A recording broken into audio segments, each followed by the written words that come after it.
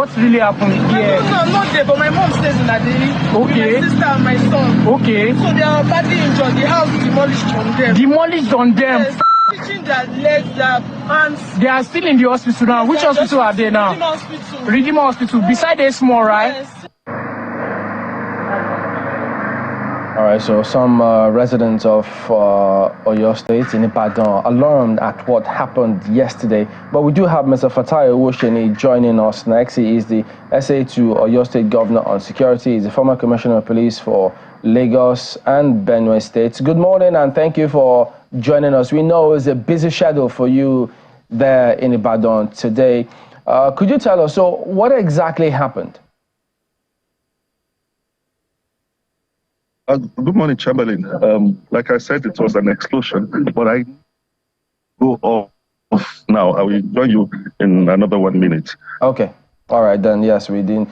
He's on the road actually with the security team, so they are all trying to see what can do. But yesterday, the Oyo State government did put up a notice saying that they are aware of reports of an explosion in Ibadan.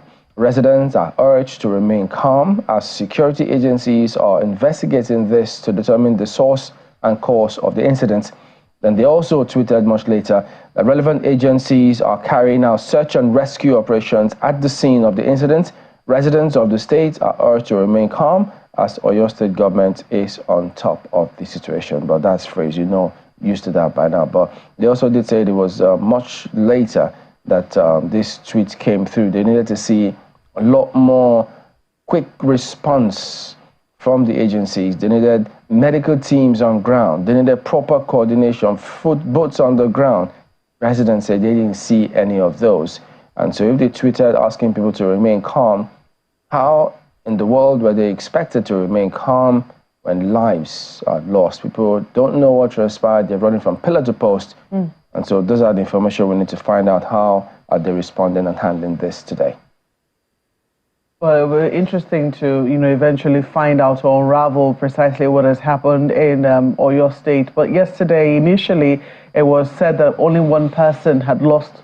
Well, one person is bad enough, but, given the panic, the state of panic that had engulfed and the scale which we heard the explosion happen, when we heard that it was just one person, people were like, okay, maybe it was not as serious as we thought.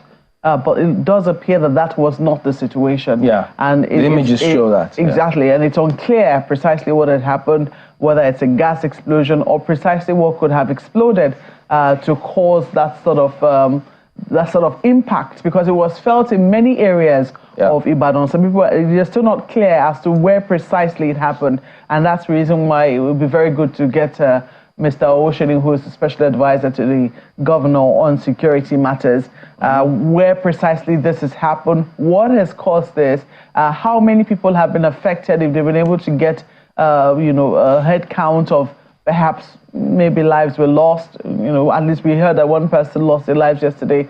If it was more than one person, how many more? How many have been injured? How are they looking after them? Some say it's more than one. Indeed. If I see figures, some say 10.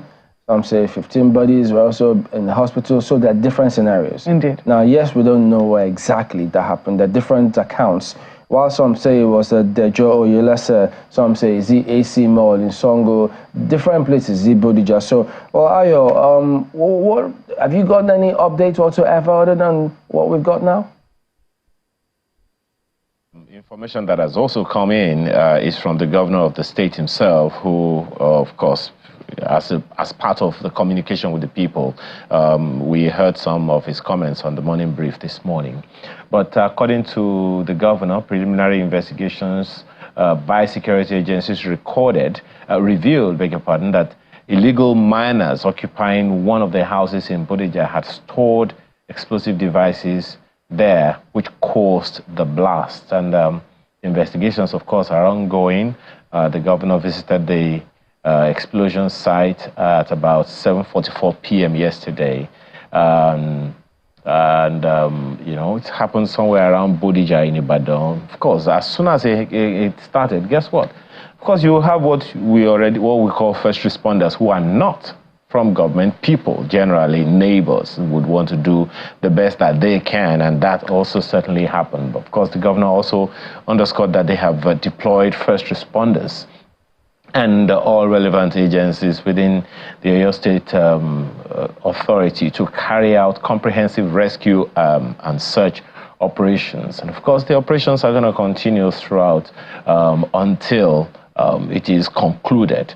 But one of the information also available about the things that the governor said is that medical personnel are on standby at various hospitals. By the way, the government has also declared that anyone can be taken to any hospital in and around the explosion site, and that the government will take care of them. And they've also advised that, hotels should be available. That's one part of information to confirm from Mr. Owoseni when we eventually get him. But medical experts at hospitals are supposed to provide assistance to those who have been injured, and the UCH has also been visited, and some of the people are there. In total, according to the information available from the governor, 77 injured victims so far, as at the time of this particular report I'm reading, have been identified, and most of them were treated and discharged. And according to this, also this report, 2 fatalities so far have been recorded. But we can only, hope and pray and that indeed the souls of the departed will be reposed.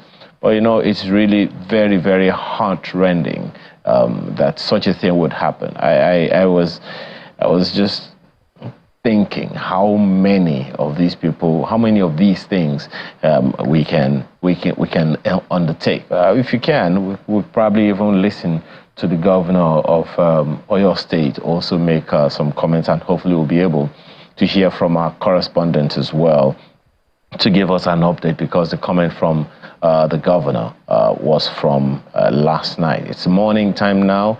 All kinds of reports are also making the rounds. We understand that the environment, the area has been cordoned off so that the evidences are not tampered with and all.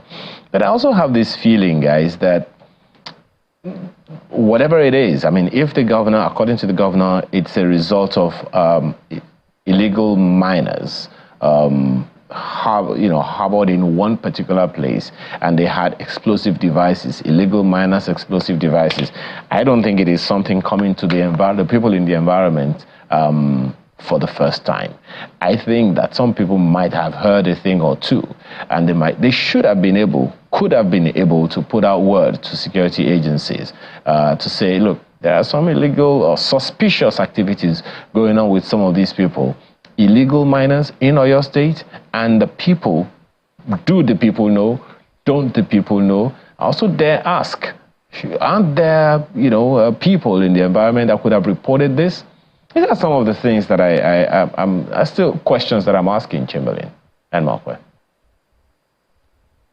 Yes, indeed, Ayo. There's so many moving parts, and so our team are just on the ground as well there, gathering as much information as possible, and we'll bring all of them to you when we get them. But for now, we'll be back and take a look at the comments that came through from the book launch for the former President Buhari yesterday.